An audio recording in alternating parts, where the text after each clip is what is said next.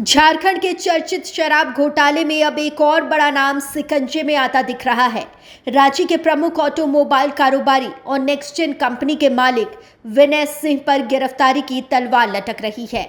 भ्रष्टाचार निरोधक ब्यूरो यानी कि एसीबी ने उनके खिलाफ गैर जमानती वारंट हासिल कर लिया है।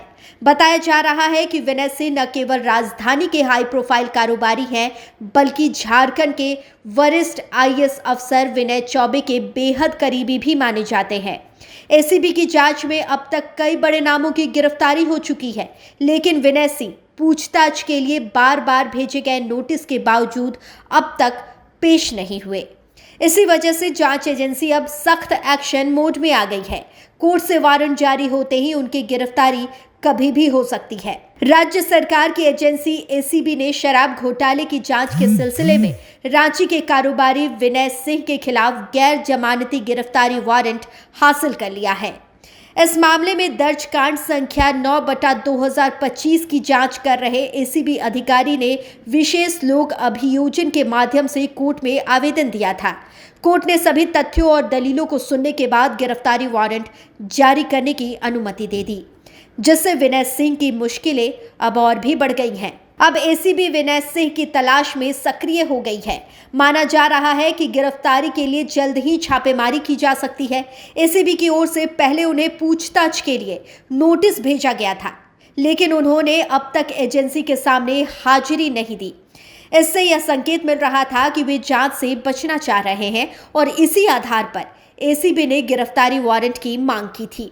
गौरतलब है कि विनय सिंह नेक्स्टजेन ऑटोमोबाइल्स नामक कंपनी के मालिक हैं और झारखंड के कारोबारी जगत में उनकी पहचान एक रसूखदार व्यक्ति के रूप में है।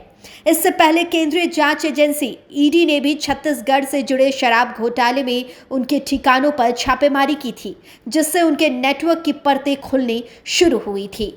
एसीबी इस समय पूरे झारखंड में शराब घोटाले की परत दर परत जांच कर रही है। अब तक इस केस में 5 लोगों की गिरफ्तारी हो चुकी है, जिसमें शामिल है झारखंड के वरिष्ठ आईएएस अधिकारी विनय चौबे, उत्पाद विभाग के संयुक्त आयुक्त गजेंद्र सिंह और अन्य विभागीय अधिकारी। इन सभी को भ्रष्टाचार, पद के दुरुपयोग और आय से अधिक संपत्ति के मामले में जेल भेजा जा चुका है। वहीं विनय चौबे के खिलाफ आय से अधिक संपत्ति का एक अलग मामला भी दर्ज कर जांच की जा रही है। विनय सिंह का नाम आने के बाद यह साफ हो गया है कि घोटाला की जड़ें सिर्फ सरकारी दफ्तरों तक सीमित नहीं, बल्कि कारोबारी गलियारों तक फैली हुई हैं। कोर्ट से गिरफ्तारी वारंट जारी होते ही विनय सिंह पर कानून का शिकंजा और कस गया है। अब उनके तलाश में एसीबी किसी भी वक्त दबिश दे सकती है।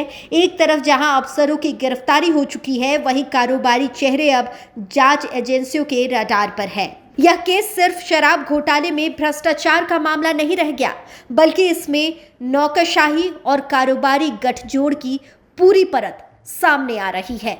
विनय सिंह की गिरफ्तारी अगर होती है तो इससे घोटाले की कई नई कड़ियां जुड़ सकती है, साथ ही और भी बड़े नाम उजागर हो सकते हैं। अब निगाहें इस बात पर है कि एसीबी की अगली कार्रवाई कितनी तीखी और व्यापक होगी।